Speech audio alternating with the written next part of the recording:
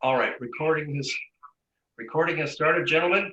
All right, we are going to sing "O Canada." You'll notice that I did not record this last month because I stopped. I didn't start soon enough.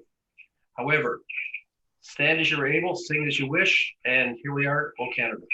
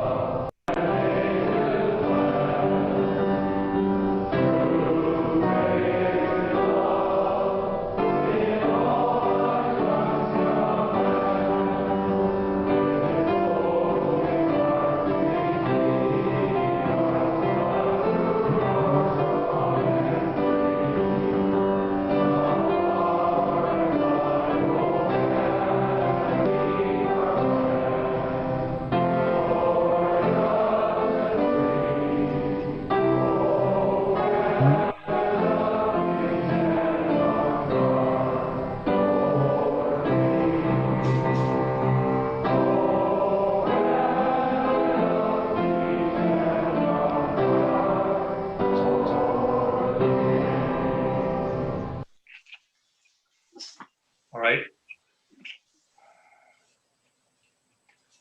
I will now pass the microphone. Oh, could I ask each of you to put yourselves on speaker view? In the top right-hand corner of your desktop laptop, you'll see 9 dots, a grid of 3 by 3. Just click on that and then click on speaker view.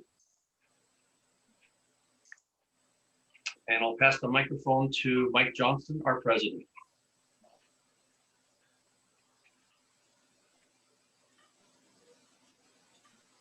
I am not muted anymore. And good morning. Welcome to our Probus Zoom meeting. Looks like right now we're over 64 people and there's more people waiting. That's a new record. This is the second time we've run a Zoom meeting, and looks like we've had a good start with all the chatting and whatnot. And I spoke before to most of you already this morning about the chatting, and I think that's a good part of our program.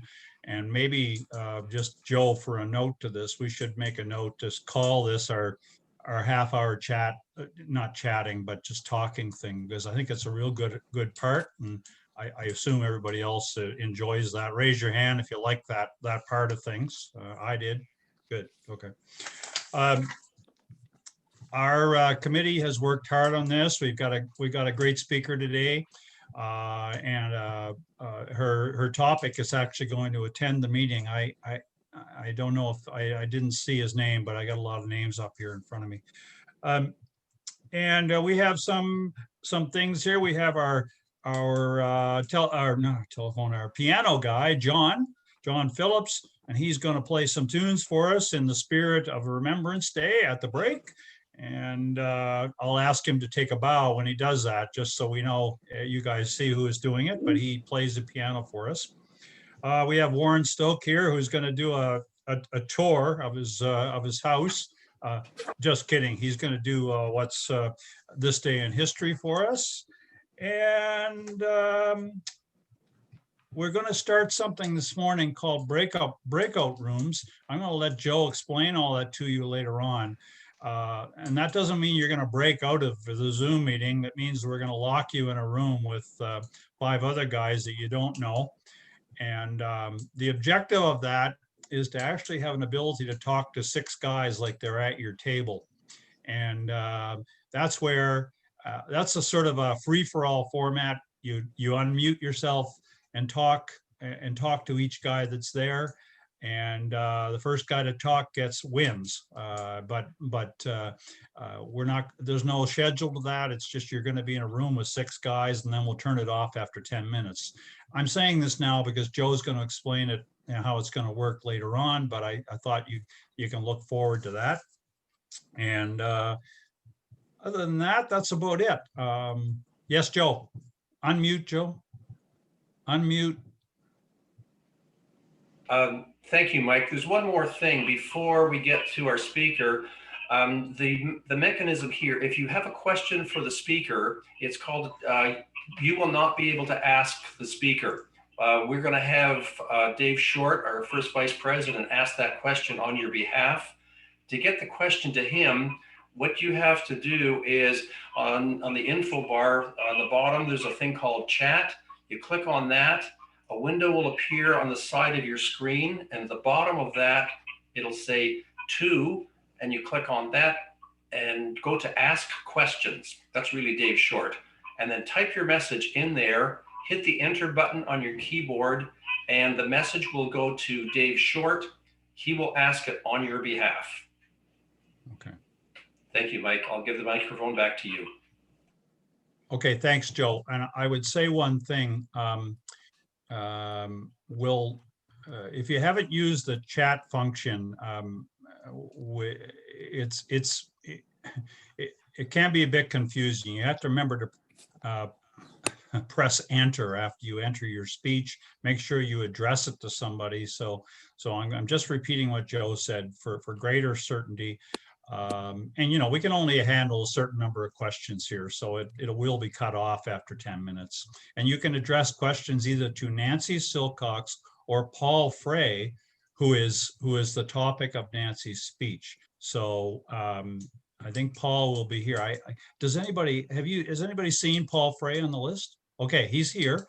And so the topic of Nancy's speech is Paul Frey. So we will, you can address questions, and again, you look for the ask questions box. But okay, I'm making the redundant comments here, but it is hard at first when you're not used to this. And as I've said before, I'm going to keep on telling puns here until people tell better puns, and then I will stop. But I will. Let's see what we got here. A class trip to a Coca-Cola factory. I hope there's no pop quiz. Oh, that's pretty bad. All right. I'm going to pass the microphone to Lee Hishon, who's here somewhere. And Lee, if you could unmute and introduce our speaker, please.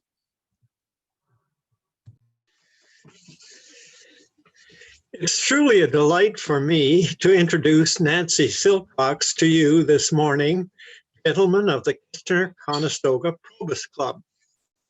Nancy was a teacher with the Waterloo District School Board for 20 years before moving on to be a counselor at Waterloo Lutheran University. She is the author of some 15 books, including biographies of Dr. Vera Good, Edna Stabler, and midwife Elsie Cressman. Most importantly for us today, Nancy has written a book on Paul Fry. I have known about Paul for several years, and his accomplishments as a professional singer. And it's a pleasure to be able to meet him today. I just wish we would be able to hear him sing. I look forward to hearing about his life from Nancy this morning. Please give a warm Probus greeting to Nancy Silcox. And Nancy, you should now unmute your computer as well. Thank you. Okay, good.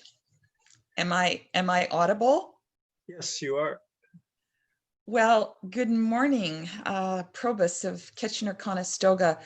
As I've been sitting here for a little while watching you file in, I realize what a bonus that this is. Well, it's either a bonus or a fright show, because I have more former high school principals of mine here than Carter's has little liver pills. I have John Pennington. Hi, John. And I have Brian Rainville. Hi, Brian. I've got Superintendent, this is going way back, Dave McClelland. Hi, Dave. And we even have OSSTF John Ryrie. So this has been really fun to see people and hear your voices after so many years. So that's a bonus for me. I am delighted to be here. This topsy-turvy world that we are in, that we continue to be in, as it spins erratically, I wonder what we would be doing, especially for groups like the Probus clubs, if we did not have Zoom technology. And so I'm grateful for this, and I'm sure you are as well. So this morning, over the next about 25 minutes, I am going to tell you a whale of a story. And I hope by the end you will agree that it was a whale of a story. After I'm done, probably 25 minutes at the most, I will invite you to ask questions to Paul, who is here. I will hang around in case there are any questions for me, but he's the real star, so you're going to want to talk to him. Now, I'm aware that a number of you probably are aware of Paul's story, at least a portion of Paul's story, from conservative order Mennonite farm boy to agricultural truck driver and owner, and to world singing star. And how lucky I am that it's fallen on me, his biography, to fill in the gaps for you. I take this mission very, very seriously, for this is no ordinary story about an ordinary man. Indeed, the title, Paul Fry, A Story Never Predicted, From Trucking to the World Opera Stage, presages the remarkable story told within, one which follows a man with a gift, a man who sacrifices much, a secure career, a paycheck, a quiet Waterloo country home, family get-togethers. Some might have even suggested sacrificed a reputation to follow his dream. But the story is also, from my perspective, and this is a very important part of Paul's story, is to shining a long overdue Canadian spotlight on an outstanding talent, a performer who was heralded on the world stage, but somewhat overlooked by his home and native land. So let's begin. We're going to start near the beginning. It's the mid-1950s, and a youthful Paul Fry, happy child, I'm told, with curly red hair and a bit of a reputation as a bit of a jokester at Heidelberg Public School, enough to earn him the strap on at least one occasion. We're going to see Paul at about age 12 or 13 attending Sunday morning service at the St. Jacob's Mennonite Church. Now he's there with his father, John Fry, and his older brother, Amzie, and he's taken his place on the men's side of the congregation.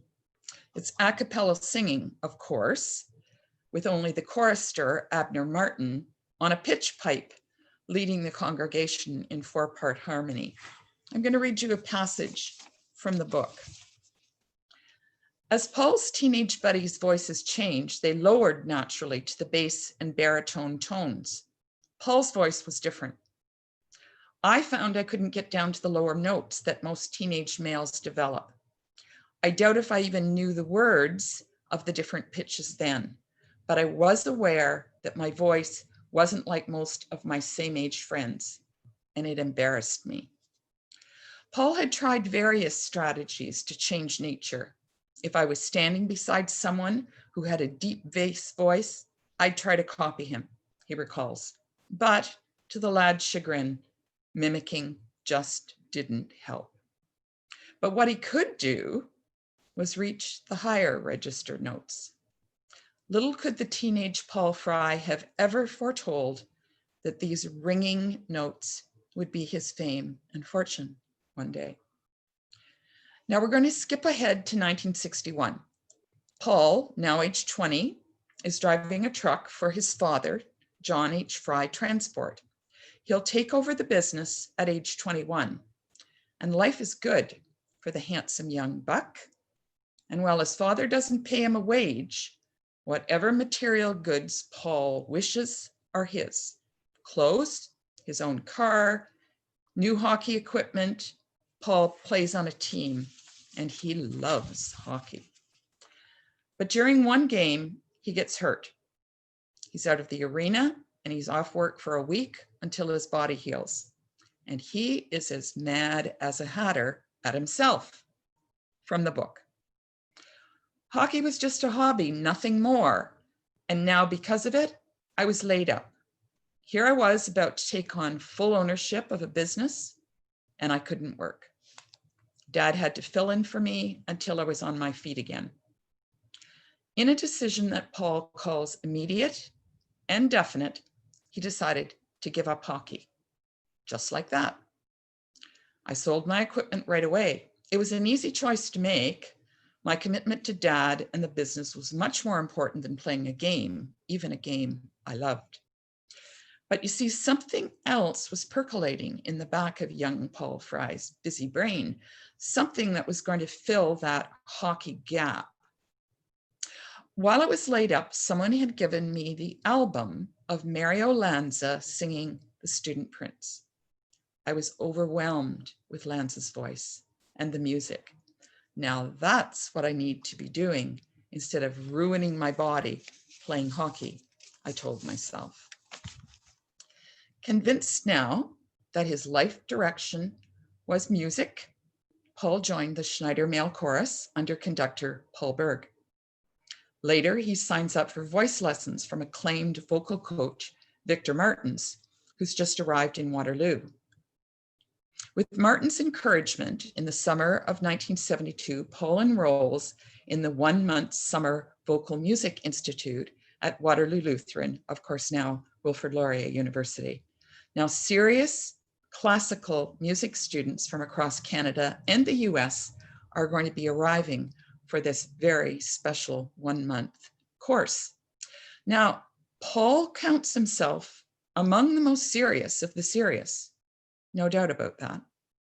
And his tenor voice is a strong one, good, with a fine range as well.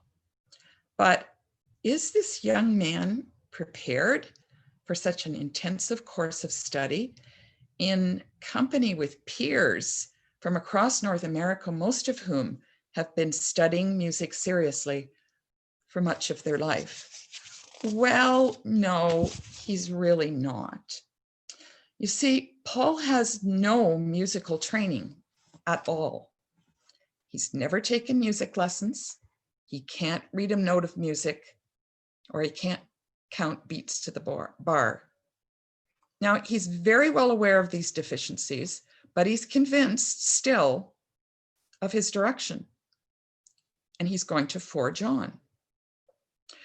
So no matter, Paul leaps into auditions for the end of program concert at the end of the Summer Vocal Music Institute. It's going to be excerpts from the opera Faust, sometimes called Faustus, by French composer Gounod.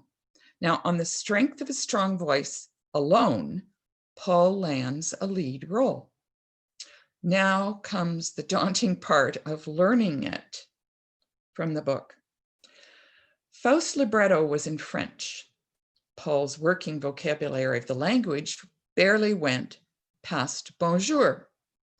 If academics were lacking, though, initiative was certainly not. He recalls the regiment he followed over the next month to prepare himself for his first brief operatic performance in Paul's voice. The first thing I did was buy a recording of the album to get an idea of how it goes. And I played it over and over and over again. His next step was infinitely more arduous than soaking in the beauty of the French language. I bought a French-English dictionary, he recalls painfully, and I translated the words one by one. Most of them, I had no idea what they meant. And while I could book some time with a summer music workshop coach to help him along the way, including Rafi Armenian, who has just arrived in KW to head the symphony, he can book some help, but for most of the time, he's on his own. Paul shone in the production. easily hitting a tenor challenging high C and winning praise from faculty, fellow students, and audience. This was one sight reading challenged opera enthusiast who was delighted and on cloud nine. Now, the summer music program at WLU was surely the turning point in young Paul Fry's life. In his mind, there was no turning back. To the dismay of his family, especially his father, he sold the trucking company that he just recently inherited. Boom. He sold it. He enrolled at the University of Toronto's respected opera school. Without the academic qualifications to get into the degree program, Paul is enrolled in the 2-year certificate program. In September 1972, Paul, his wife Linda, and their young son Benjamin moved to Toronto to accommodate Paul's plans. Now, if the WL music program had called on every ounce of courage, determination, and sheer will to tackle, Paul's stint at Canada's premier opera school truly dwarfed those efforts. Let's share from the book some of Paul's very painful memories with his opera vocal coach, the esteemed Dr. George Bruff. So we'd be given an excerpt from an opera to learn. Almost impossible for me because they were primarily in French and Italian, and of course I couldn't read music still. And each day we'd practice it with our coach. Mine was Dr. George Bruff, and I can tell you, I drove him crazy. Paul reflects on the relationship between he and his vocal coach. I don't think Dr. Bruff had ever worked with someone who had so many deficits as me, who had as little musical training as me, and he got frustrated regularly. George Bruff had no patience with me. Now, through sheer determination, exceptionally hard work, and gradual improvement in his sight reading abilities, Paul graduated from the University of Toronto Opera School in 1976. Now, piece of paper aside, Paul finds himself certainly less than satisfied with his last 3 years. You see, over those years, he has never been given a major performing role in any of the student operas. He finds himself, performance after performance, routinely marooned in the chorus. The dumb tenor and the music illiterate label that he'd been saddled with when he began, at least in the eyes of the opera establishment, had stuck right to the end. Frustrated? Well, you bet he is. Disappointed, even angry, that too. But is he ready to go back to the regular life, a home in the country, a regular paycheck? Not on your life. So over the next 2 years, Paul tried to oratorio concert, and I was busy, he recollects. But you see, Paul Fry's ambition sees him at the front of the opera stage, not at the back, and he's stymied. What is he going to do about it? In 1977, a conversation with Mario Bernardi, the director of the National Arts Center, saw the penny drop for Paul Fry. Let's eavesdrop on their conversation. Paul Fry: why won't you give me a major role in a production? I've proved myself over and over again. Mario Bernardi: I can't give you a major role because you don't have experience in a starring role. You don't have a track record in a starring role. When the season is as short as it is in Canada, you can't go with unknown and untested lead singers. Paul Fry: well, so you say I need experience, and I agree. And how do I get experience if you or no other artistic directors will hire me in a role? I need someone to give me a chance. Mario Bernardi. Well, you'll probably have to go to Europe to get the experience you need. Paul Fry. And how do I get that experience in Europe?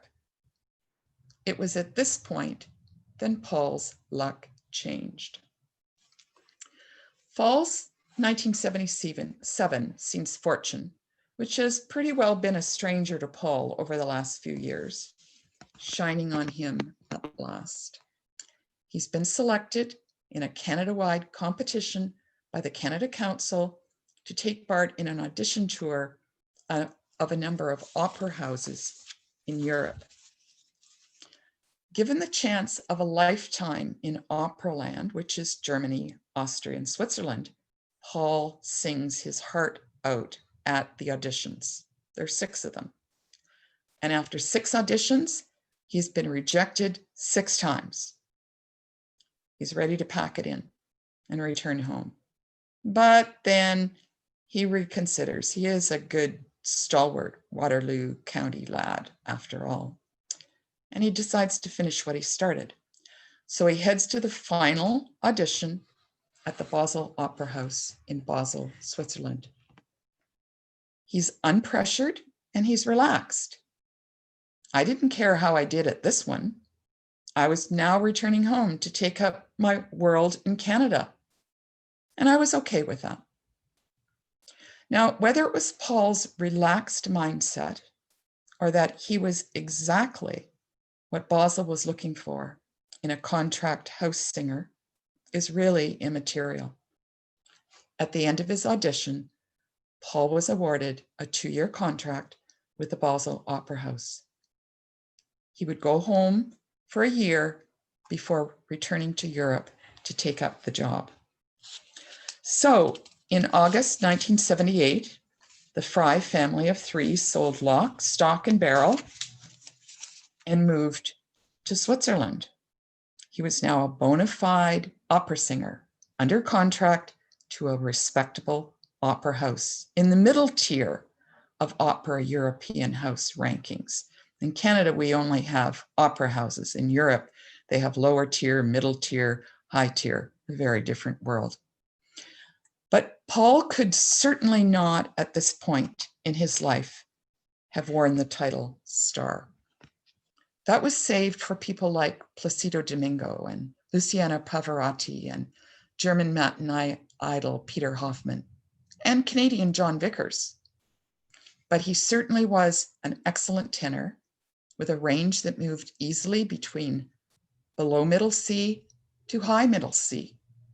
That put him in rare company alone. John Vickers avoided high C territory. Now, on top of this, he's hardworking, he's reliable, he's flexible, no supersized ego here either. So in addition to his responsibilities in Basel, he started to take in fill-in roles for ailing star singers at the various top opera houses in Germany and Austria. You see, us opera stars are a temperamental lot, and few do ascribe to the show must go on philosophy. Paul Fry does. Now, one substitute gig that he takes on changes his life. He's filling in for opera god Peter Hoffman in Mannheim, Germany. He'll be singing the lead in Richard Wagner's opera Lohengrin.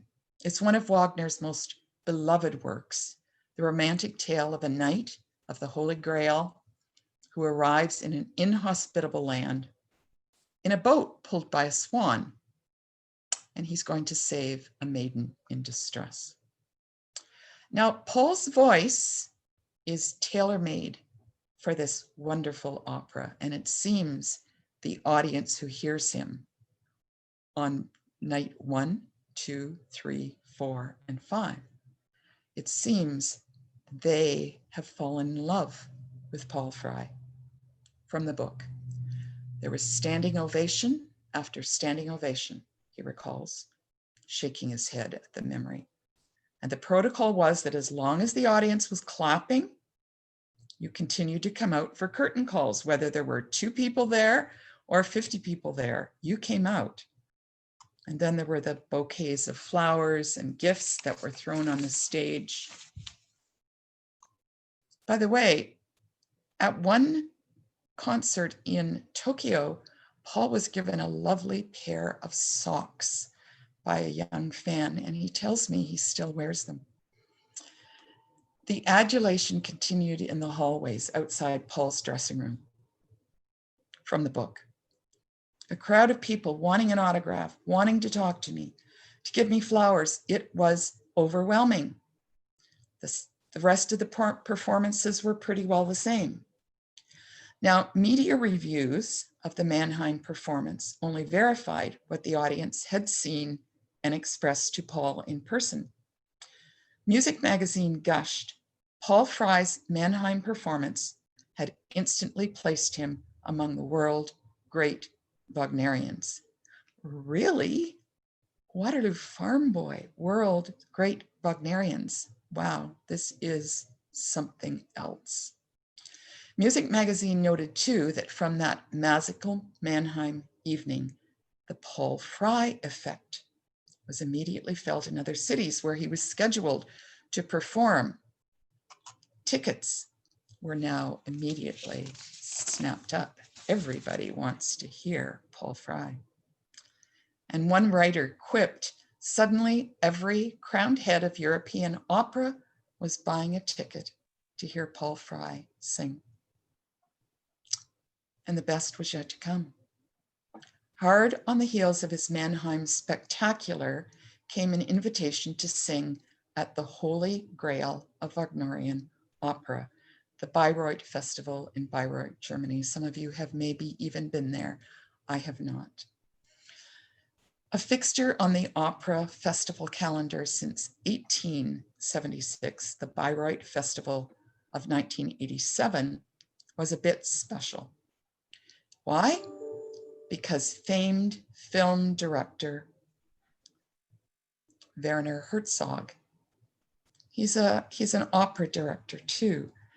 He's been invited to to stage a new production of Wagner's Lohengrin.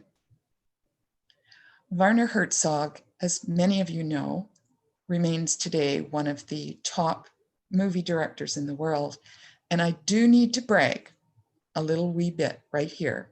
And it's going to give you a temptation maybe to get a copy of the book, because Werner Herzog agreed to write the foreword for this book. Was I on cloud 9 about that? Now, with Herzog's starry stature a sure ticket to a media frenzy, now only a spectacular Lohengrin was needed, and the man hired was Waterloo County born and raised Paul Fry. And of course, he was a sensation.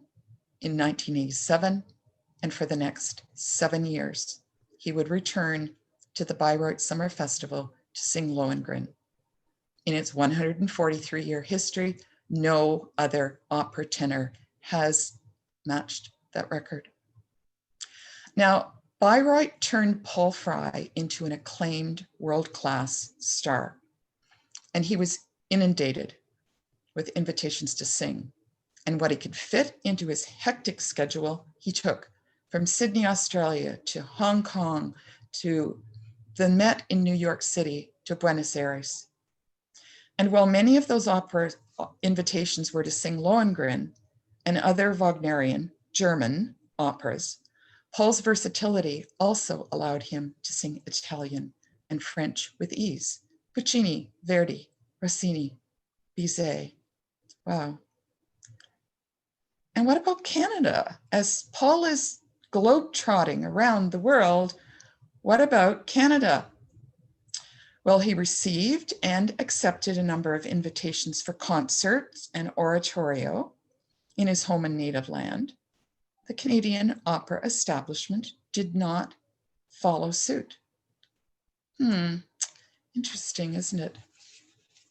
Paul says of these very heady times, it was just go, go, go. I'd arrived at opera late, and it had come with a lot of struggle. So I needed to make the very most of my time. There was no wasting it, because an opera singer's career is not a long one. But in 2005, Paul had had enough of fame and traveling the world. He and Linda made plans to return to Canada to retire, back to Waterloo Region. Their son, Ben, now an adult, who'd been born in Canada but educated and working in Switzerland, decided to stay behind. That was a very hard move for all three of the Frys. Now, of his decision to return to Canada at the very peak of his career, Paul told a Canadian reporter, "I did not want to get old in this profession, but I've seen more and more opera singers say that, and they can't. They can't quit when the time comes. I hope I will know when my time has come." So in 2005, returning to the community north of Waterloo, where he'd been born and raised and spent his early years, this world opera star settled into a quiet life, gardening, golf, and family get-togethers. He did not sing professionally again. Then, in 2017, a phone call to Paul's home in St. Clements set his life on a different course again, unexpectedly. That call was from me. I was at the time writing a book for a Mallory District Secondary School, profiling some of the starry alumni of the school. Malcolm Gladwell was one, Ken and Rod Sealing, others, sculptor Tim Schmaltz, another. Gee, Waterloo Oxford people, I think there were more stars at EDSS than at The DB. iPad. Is it upstairs? As I prepared to visit Paul for the EDSS book, I read his CV and his articles, and I was very perplexed. Why on earth had no one ever written this man's biography before? What had gone wrong here? And this was the first question I posed to him when I visited him on behalf of the EDSS book, which was called Legendary Lancers. Paul's answer, in typical understated Fry tones, was, "Well, I've never been big news in the St. Clements feed store anyway." And so in May 2018, Paul and I began our journey together. And over 2 years later, the story was told and the hunt for a publisher began. Well, strike out for Canada again, but those Americans and British certainly saw something special in this man and a book about this man. The publishing firm of Whip and Stock in Oregon enthusiastically presented an offer, which we took. And so Paul Fry, a story never predicted, from trucking to the World Opera stage, had its official launch on October the 18th. Gee, thanks COVID for fouling it up, but it did turn out just fine because we did a drive-through book launch. Now, at the very outset, Paul and I had decided that this book, all the profits from this book would be donated to a favorite charity of Paul's and a favorite of mine. Paul chose Ray of Hope in Kitchener-Waterloo, and I chose the Grand Philharmonic Choir of Waterloo Region. Now, I've asked, and I'm not sure who will do this little job for me, whether it's Mike or Lee or Joe, but I'm quite sure that there may be a few of you who would like a copy of the book. The first 3 printings have sold out, and I guess there are going to be a fair number of these books under Christmas trees. And the 4th shipping just arrived yesterday. So if you are interested, if you have any opera lovers in your family, could you let these gentlemen know, and they'll pass your names on to me and I'll contact you. That'll be the easiest way to do it. But I'm finished my part in this presentation, and I'm going to turn it over to the real star. I'm just the hired help. The real star is here to answer questions that you will have about his life in Canada, in Switzerland. I'll hang around too, but you're going to want to talk to Paul. And thank you so much for inviting me. I love doing Probus by Zoom. I'll turn it over to my friend Paul Fry right now. Thank you.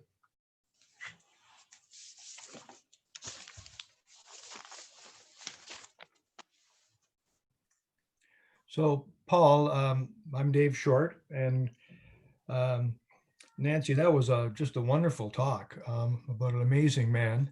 I went to Laurier. I'm a Laurier grad. About 5 years before you went there, Paul. So that was a fascinating story. And I do have a number of questions, and I'll start with mine. And I do like opera. My wife and I have been going to Sarasota for a number of years. Unfortunately, I don't think we're going there this year, but we've been to the opera tour every year we go there. So my first question is, it's mine. Do you have a favorite venue where you have performed? I have a number of favorite ones. Definitely Bayreuth Festival would have to be probably the number one. It's a completely different situation than most opera houses, in that it is even built differently. The orchestra pit is covered, so the audience does not see the orchestra, and it throws the orchestra sound up on the stage where it meets with the singers, and then it goes out into the audience. So it's in opera, it's always a problem of orchestras playing too loud, because the orchestras are basically in front of the singers and the singers are behind on the stage with no amplification. And so it means you have to have a strong enough voice to get out over that orchestra so that the audience can hear you. So Bayreuth is acoustically very, very good. And then the other thing that is different is that it is a summer festival. And so the people who have come to performances have not put in an 8-hour work day and then rush to the opera and then fall asleep. These are people that have come just for that purpose. They're on holidays and they come to hear the performances. So it's quite special in numerous ways. Other than that, Munich was also a very favorite of mine. I sang a lot in Munich, and it's also a very, very good place to sing. Great, thank you. The next question, there's a lot of them. What do you remember as your most interesting experience as an opera singer? I guess, in my, most of my, or a good half of my opera singing days were in the time of when Germany was still a divided country. And we very, very seldom went to East Germany because their currency was rather worthless. And so it didn't pay very well to go there. But once in a while, they would get something going where they would then pay in Western currency. And so Western singers went. So there was one concert in East Berlin where that was planned of Wagner music. And the tenor that was hired for it got ill. So on very, very short notice, they asked me to come. So I flew to Berlin, went to Checkpoint Charlie, where I was picked up by the East Berlin secret police, and they escorted me to the concert hall. And I went in and sang the concert. And after the concert, the secret police were waiting for me at the stage door, and they escorted me back to West Berlin. I guess they thought I wanted to defect to East Berlin, which was not the case, but they sure kept close track of me. Well, that's certainly a very interesting experience. Here's another question. And the question is, how is opera faring in Canada these days? And I guess pre-pandemic, because there probably isn't much going on now, but up to the pandemic, how has opera been doing in Canada at the venues that have it? Well, the big news is Toronto, which after so many years, they finally managed to build an opera house. And it is a very fine opera house, good acoustically. And so that company, the COC in Toronto, has really improved and has gotten to be one of the major places for opera in the world.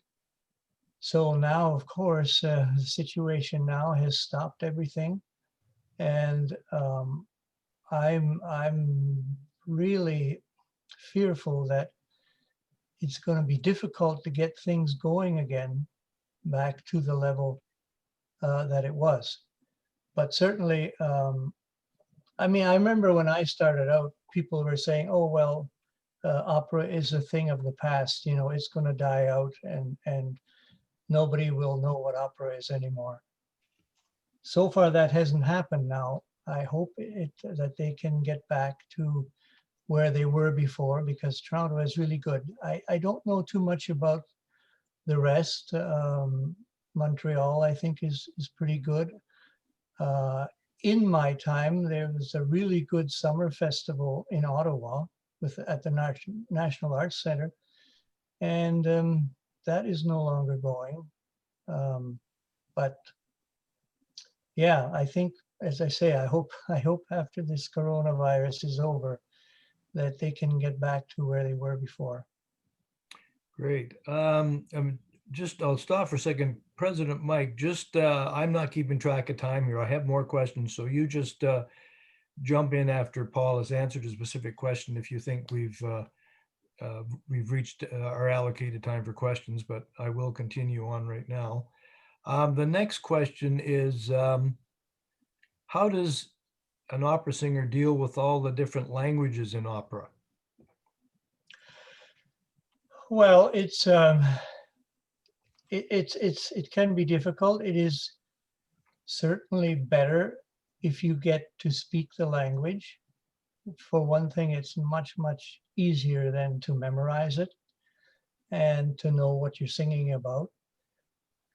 So I got very fluent in German, and I could speak Italian. French always gave me trouble.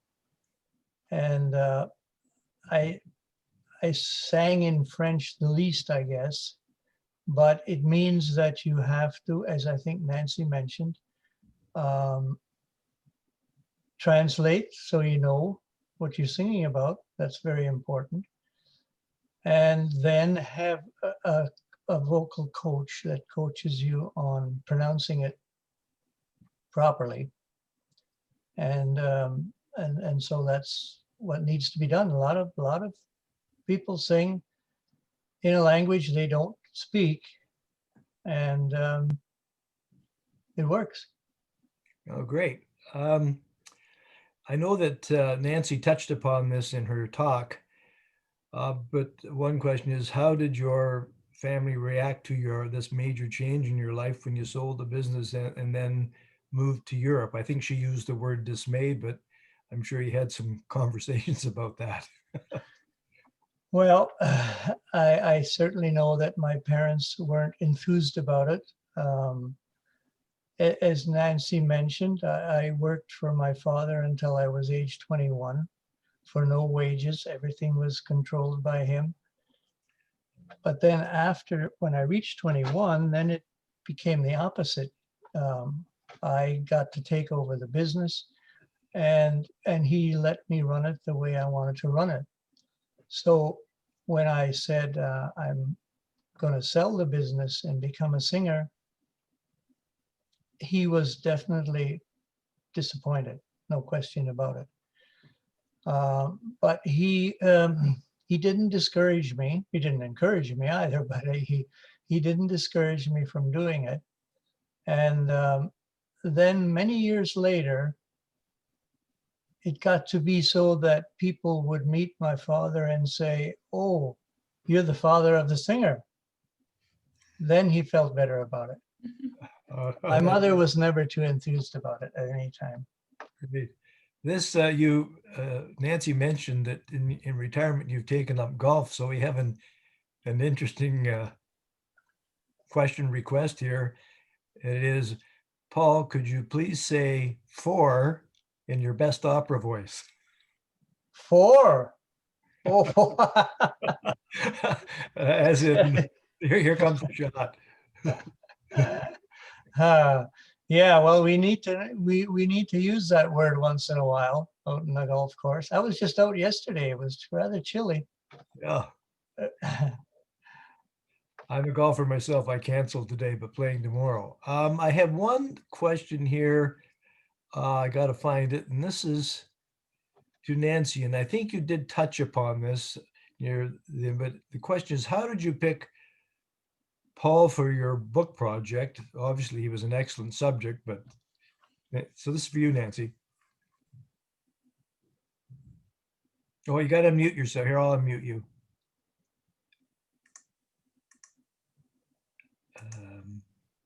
Okay. Can you Okay. hear me now? Yes. Well, I love writing biographies. That's my field of interest, historical biographies. I enjoy writing people in this area. Vera Good, an educator, Elsie Cressman, a midwife. My first biography that I wrote many, many years ago was Edna Stabler. I was lucky enough to know her. So I'm always in the back of my mind looking for people that have a story to tell. And that's the key. There can be people who have accomplished a tremendous amount in their life, but they don't have a story. And I'm a storyteller. I enjoy the story. And so before I even met Paul, actually, I saw his background and I thought, this is a man with a story to tell. I'm not sure some of you Laurier people might know Daniel Lichty, who taught at Laurier in the music department for many years. And I was a counselor at Laurier after I left teaching. And I called Dan when I was thinking of writing Paul's story. And because I didn't know Paul, I had never met him, but I knew Dan did. And I said, Dan, I'm thinking about this. What do you think? Do you think it would make a good story? And Dan said, Nancy, Paul's story is a wonderful one because it could never have been predicted. So that is what I used in part of the title. I used Dan's little "could never have been predicted" as the subtitle of the book. And I'm grateful to Dan.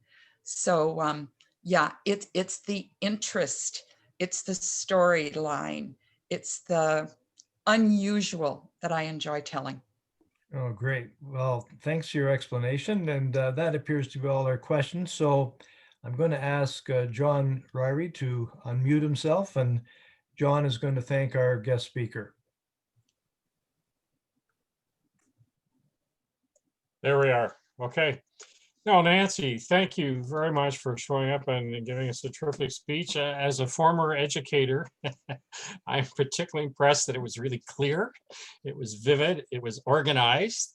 You spoke with a very good pace and a very personable approach. And I certainly appreciated the fact that the story itself focuses on what is true of many Canadians over the years, how hard we've struggled to make it on the world stage, whether it's in Hollywood or in opera or in music or wherever it is. So anyway, thank you very much. It was delightful, and we really appreciate you sharing that with us this morning. It was fun. Thank you. All right, I'm back here. I just want you guys to know that I stayed up all night to see where the sun went. And suddenly it dawned on me. Okay. All right. First of all, Nancy, I'll repeat a little bit what John said. Thank you for the wonderful speech, and you're very polished, and that makes it very easy, much easier for us stumblers and bumblers at this Zoom conference, Zoom meeting. So thank you again. And please, anyone, I'm certainly going to get a book, and please send me your if you're interested in the book, please send me your requests, and I'll make sure it happens. I just want you to know that the proceeds for the book, the profits from the book, are being donated to 2 charities picked by Nancy and Paul, and so all the profits for the book are going to charities. So you're helping out good charities. Steve, you got something to say? I just want to say also how much I enjoyed Nancy, but also it was good to hear from Paul himself, that he made himself available. And it's wonderful that you were able to accomplish what you did for much hard work. And I would say thank you very much for being here this morning. Thank you. It was a pleasure.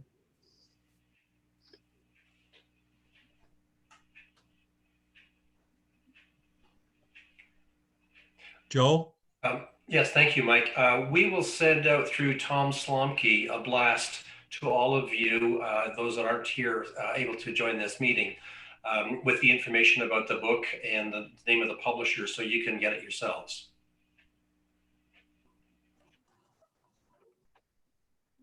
Follow it if you could, fellows.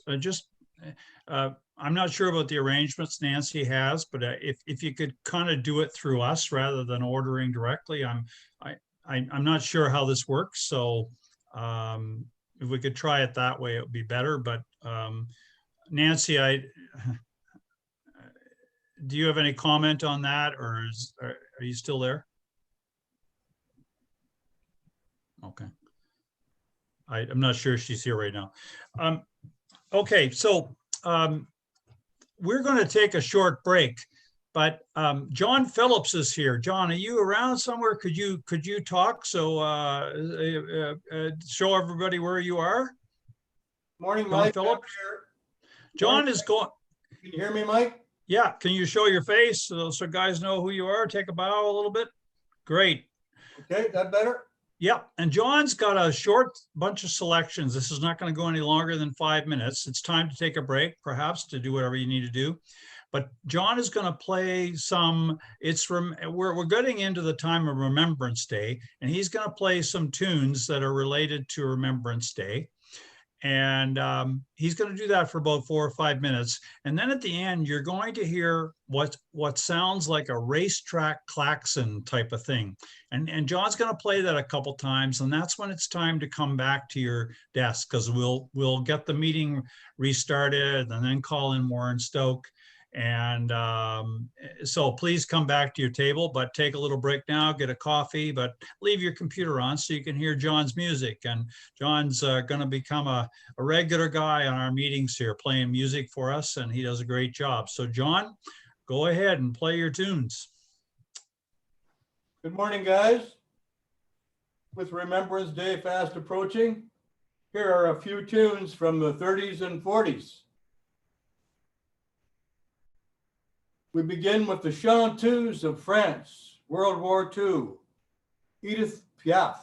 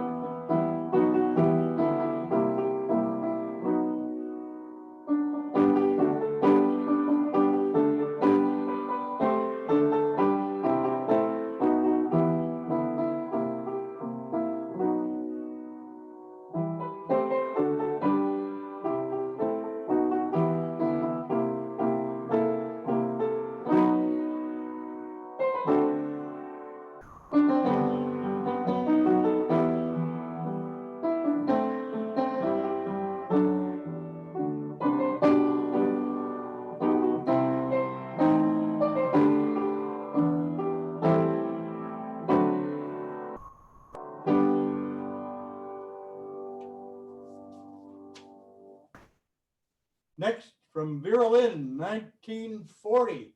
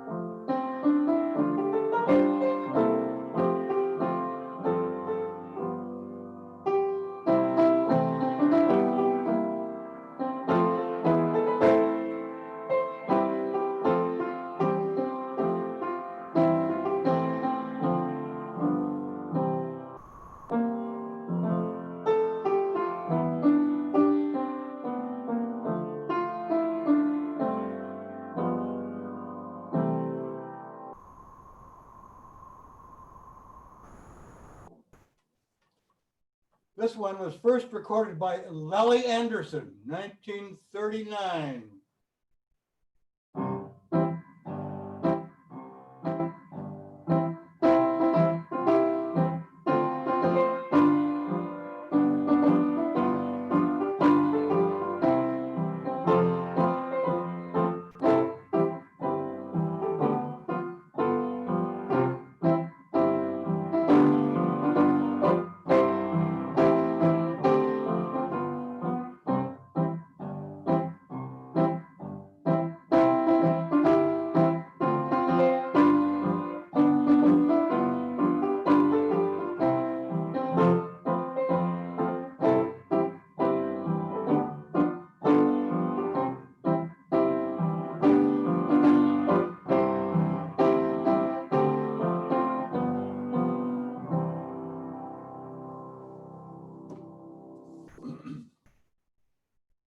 And finally, from Vera, who incidentally passed away recently at age 103, we'll meet again.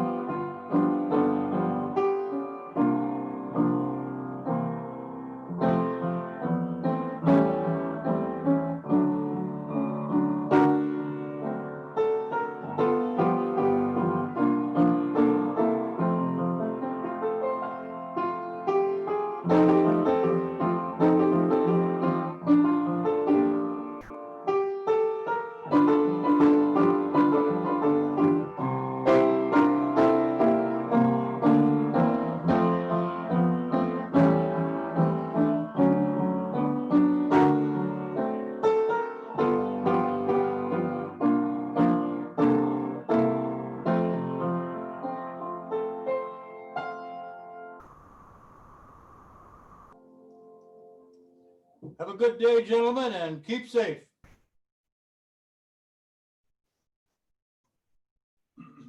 All right, gentlemen, we're back. And I just thought I'd give you another good comment. What do you call a dinosaur with an extensive vocabulary? A thesaurus. Okay. I have a couple of comments on the future meetings. We've got a meeting on November 24th, a general meeting on Tuesday, the normal time like this. That'll be artificial intelligence with John Moore. He spoke to us early this year, and we were going to have him back for June. He was so popular. So he's going to do a meeting for us then. So that should be a very interesting meeting. Our management committee keeps on meeting every month, and we're trying to get more stuff to interest you guys and keep everybody interested, and pass the word on to your friends that this is a good venue. And if people are having trouble and they're not coming to this meeting because they're having technical problems, please pass that on to us, because we'd like to get more people involved, as many people as we can. We're not, obviously, we're not having physical meetings. There's been no change to that with the COVID thing. And we won't be having a Christmas, end of season party this year. But we are thinking of having in mid-December, around December 15th, and this is in the planning stage. We are thinking of having a Christmas meeting like this and I keep on saying Christmas, but it's it's an end of season celebration. We are thinking of that. We need to develop a program, and we're working on that.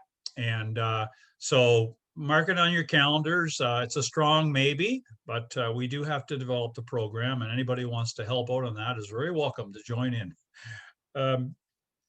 So that's about it for comments. We're not looking too far ahead. We're just waiting to see what happens with this, but there's no real sign that things are getting better. Dave Short, please.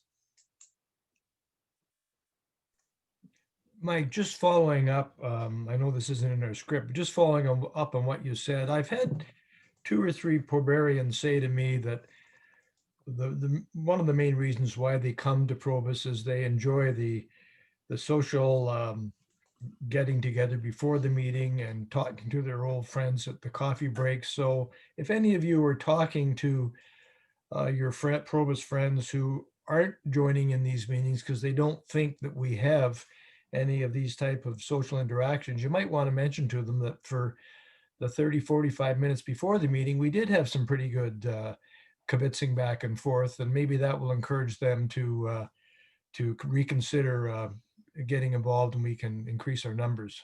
That's it, Mike. Thank you.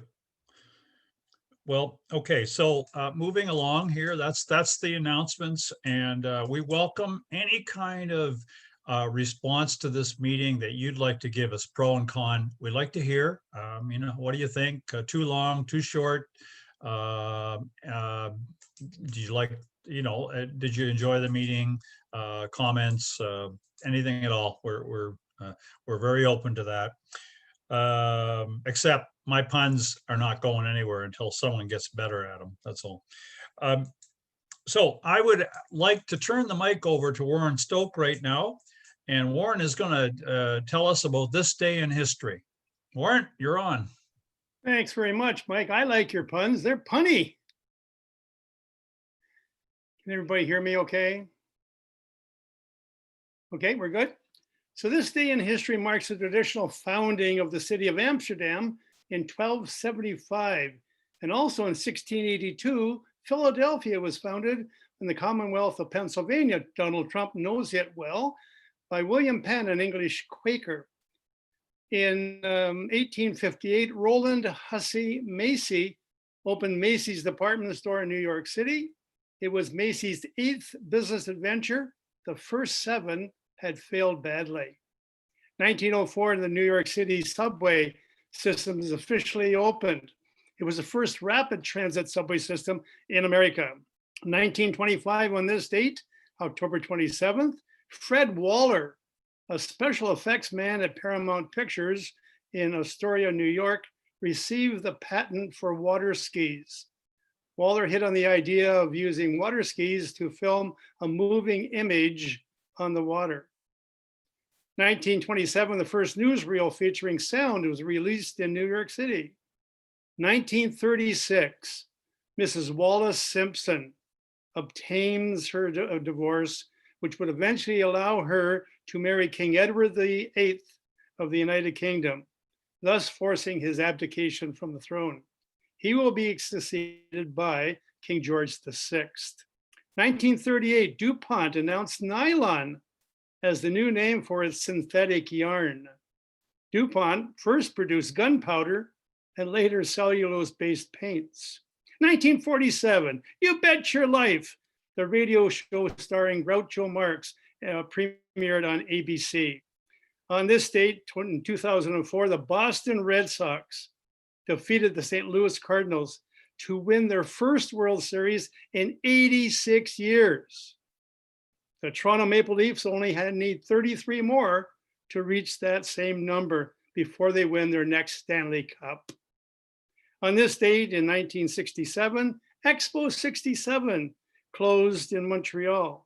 More than 50 million, only 50 million attended the event when Canada only had 20 million people, setting a per capita record for world attendance that still stands.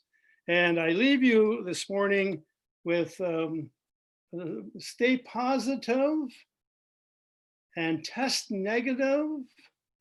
And I've got a song for you to as I end my part. Hang on, here it comes, I think.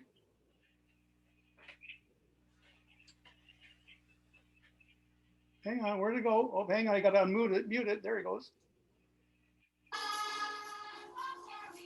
Can you hear that?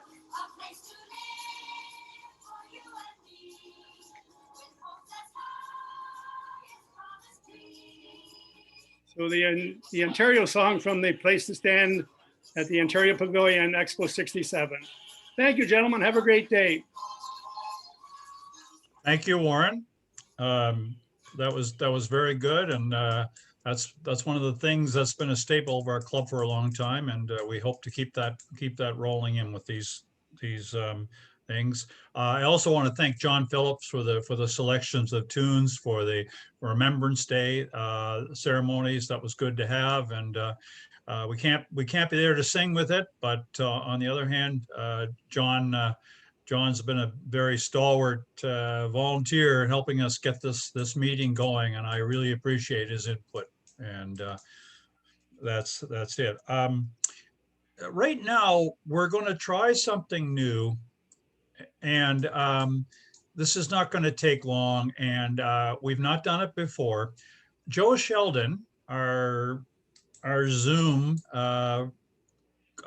committee leader, and the guy who's the driver behind these meetings, is going to do something called breakout rooms. Now, breakout rooms, he's going to explain them to you how they work. But what's going to happen is this is like when we separate the tables at our Zoom meeting and our normal meetings, and we end up at a table with really 5 other guys who we wouldn't normally sit with. So what's going to happen here, and I hope it happens okay. If it doesn't, I'm not too worried about it. We're going to try it because this will be a part of our meetings in future.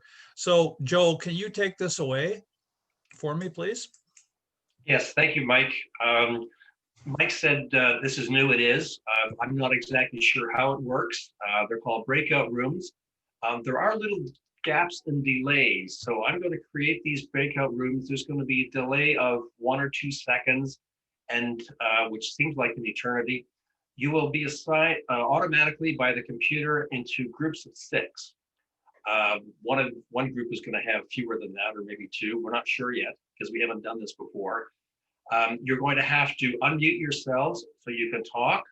And as Mike said earlier, the first guy that talks gets to be sort of a team leader.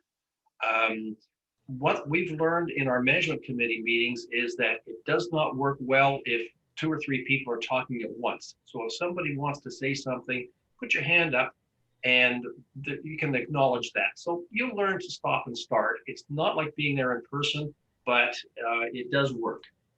This will be exactly 10 minutes. I'm not sure if the message will come up earlier or if there's a countdown in the corner, how this works, but after 10 minutes, the meeting will end, the breakout rooms will end, we'll go back to this general meeting, and I'm not sure how that works either, but we'll figure it out. All right, and now I'm going to create these breakout rooms of 6 people each. All right, gentlemen, and I'm looking forward to meeting 5 of you.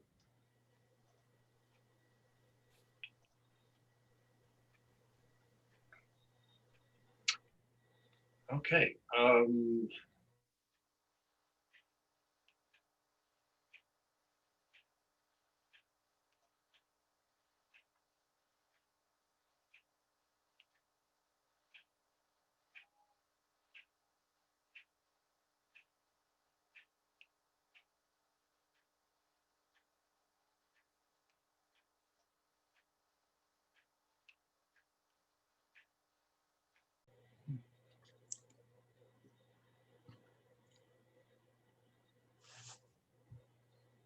A lot of people not hitting their button to get back on air. I just want to tell you, Joe, that our group number 4, we had a good conversation. Yeah, our group did too. We had a very good conversation. I think that went very well. Totally. Ours did as well. Breakout room 6, it was pretty seamless, and we got a message at the top that it was going to end in 3 minutes, which is great. And then with, I guess, a minute to go, it gave you a countdown. So I thought it really, for a first try, there wasn't much fumbling and stumbling. Good. Can you undo everybody? It automatically did that after the 60-second countdown. Okay. All right. I think I'm going to start talking. Am I muted now or? No, you're not. No, you're open. Okay. There's not much. The meeting is basically done. This was a good meeting. I think it went pretty smoothly. Everybody was able to do what they were supposed to do, and we had a good numbers stick around till the end. It's normal for the people to leave at the break time. That's what the ladies happen too. Our objective is to increase the number of people at this meeting if we can. One of the things that came up in our meeting, Joe, was maybe to send out the cheat sheets again, just for different types of hardware that people use. That was a good suggestion. One of the other suggestions was the getting some international speakers, maybe using the thing. So we'll think of doing that. Remember that the next meeting's on November 24th. We'll be sending out lots of notice of that, and pass the word, guys. We want to try to make this good for everybody and keep our club going. So it's really important to do it. And that's all I've got to say. I won't make any more puns because I know I don't want to scare you guys away. Mike, you guys are doing a great job. Keep it up. No, thank you, Grady. Appreciate that. That's nice to And- hear. But and- we'd like to hear any suggested comments, anything you don't like. I mean, we need the feedback. When you're at the physical meetings, you get feedback. It's a little harder with this because everybody's muted and that type of thing. So, Yeah. I was just wondering if smoking's allowed at the meeting. oh yeah, absolutely. Absolutely. You go right ahead. Go Get a with big- drinking. Yeah. Get a big cigar. Has there been any consideration for committees to also have Zoom meetings? We only have 2 committees. No, but other committees, as an example, like, you have the wine committee or et cetera, et cetera. If you wanted to have a committee of those members that are in attendance, is there some way to have these meetings on Zoom? Make it- Yeah. Steve, I've done that. I've made the offer to smaller groups and individuals. There's one a bicycling group that isn't really a formal club, but a number of Probus members bicycle together. And I made an offer to them to, if you like, I'll set up the Zoom meeting and they can participate. But others, we just don't have that many clubs within our small clubs or groups within our major club. So the option is there. Our wine group is meeting on Zoom and it's working out quite well. I'm hosting the next meeting on the 18th. And maybe, Joe, we might like to invite all the members to join us. Now, there's an They don't necessarily have to have the wine, but they can watch our comments and our serious study of a glass of wine. We made a mistake with our wine group. That's not Probus. And it was a good thing we were all at home, because normally my wine group, not in Probus, has 6 bottles of wine. So if you're hosting it, so we made the mistake of every guy having 6 bottles of wine and the tasting, and you had to finish them off. So the meeting got kind of interesting in the end, as guys just totally fell off the screen. But I wouldn't suggest that method. we do it with 3 bottles, and I will admit, I do invite a friend over to help me finish them at night, and Yeah, also we ensure that we have a meal that goes with one of the wines. yeah. Yeah, we changed our name of our group to Alcoholic Group. I just want to say one thing, and that is that what's really helpful to me is that I'm seeing all you guys and I'm seeing names, and it's really helping me to get to know who you guys are. I've been in the club for a long time, but we keep on getting new guys, and my memory keeps on failing. So I really enjoy this. And the other thing I want to say is that and we do the breakout groups in our church, and I think the breakout groups are a great idea because you end up talking to people that you otherwise might not talk to. So I would encourage the continuation of that. Yeah. I'd just like to correct the issue at one point. My name is not Joan, just to make sure you know that. We were wondering.